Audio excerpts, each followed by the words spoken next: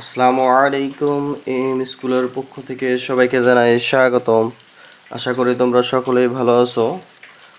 আজ আমরা টেন্সর অ্যানালাইসিসের ক্রিস্টোফেল প্রতীক সম্পর্কে আলোচনা করব।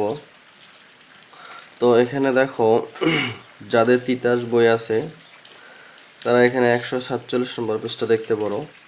ক্রিস্টোফেল প্রতীক দুই প্রকার। প্রথম শ্রেণীর ক্রিস্টোফেল প্রতীক আর হচ্ছে দ্বিতীয় শ্রেণীর ক্রিস্টোফেল প্রতীক।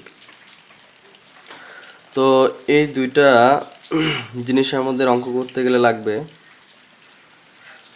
তো প্রথম শ্রেণীর ক্রিস্টোফেল প্রতীকটা কি আমরা সেটা জানবো।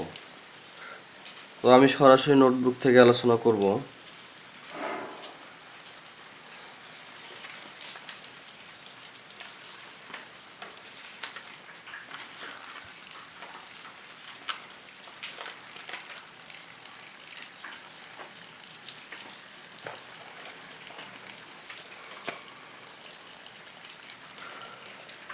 ক্রিস্টোফেল প্রতীক। তো ক্রিস্টোফেল প্রতীক দুই প্রকার। একটা হচ্ছে প্রথম শ্রেণীর ক্রিস্টোফেল প্রতীক এবং দ্বিতীয় শ্রেণীর ক্রিস্টোফেল প্রতীক। ক্রিস্টোফেল প্রতীক কি দেখো, প্রথম শ্রেণীর ক্রিস্টোফেল প্রতীককে পিকিউ কমা আর অথবা আর কমা পিকিউ অথবা গামা পিকিউ কমা আর দ্বারা প্রকাশ করা হয় এবং ইহা নিম্নরূপে সংজ্ঞায়িত।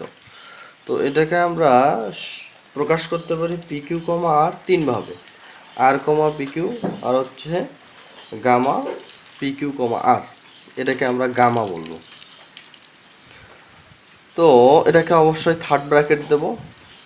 তো পিকিউ কমা আর ইকুয়াল হাফ ইন্টু, আমরা এটা মনে রাখবো এভাবে, ডেল জি পি আর যদি নিচে থাকে তাহলে অবশ্যই del x to the power q উপরে হবে। তাহলে আমরা পি আর যদি নেই তাহলে অবশিষ্ট থাকলো কিউ, কিউটা অবশ্যই উপরে হবে, পরে হবে প্লাস, শেষে হবে মাইনাস। এটা মনে রাখবা, del G Q R, del G Q R, তাহলে অবশ্যই del x to the power P minus del G P Q del x to the power R. এখানে যদি পি কিউ হয় অবশ্যই নিচে আর হবে।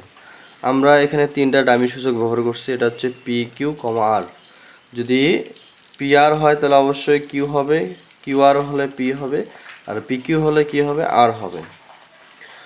তো এখানে দেখো, আমাদের এর আগের ক্লাসে আমরা কোভেরিয়েন্ট এবং কন্ট্রাভেরিয়েন্ট সম্পর্কে জেনে এসেছি।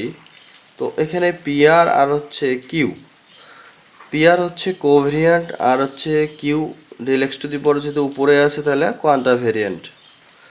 তো এই জিনিসটা আমাদের মনে থাকলে আমরা দ্বিতীয় শ্রেণীর ক্রিস্টোফেল প্রতীকটাও বুঝতে পারবো। তো মনে রাখার কৌশলটা তোমাদের বলে দিলাম। এরপরে দেখো দ্বিতীয় শ্রেণীর ক্রিস্টোফেল প্রতীকটাকে কিভাবে প্রকাশ করা হয়।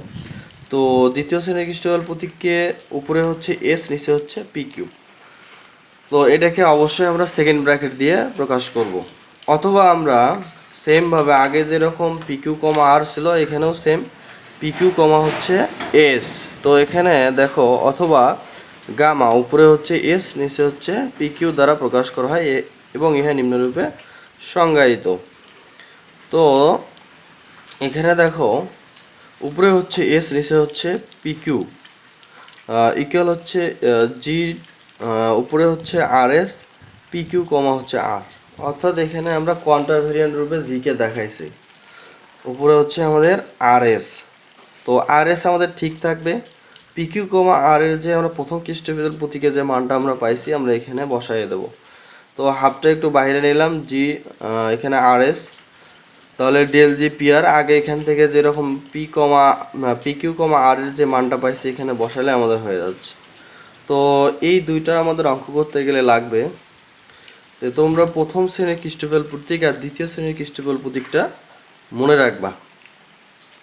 আশা করি তোমরা এটা বুঝতে পারছো। সকলকে অনেক ধন্যবাদ।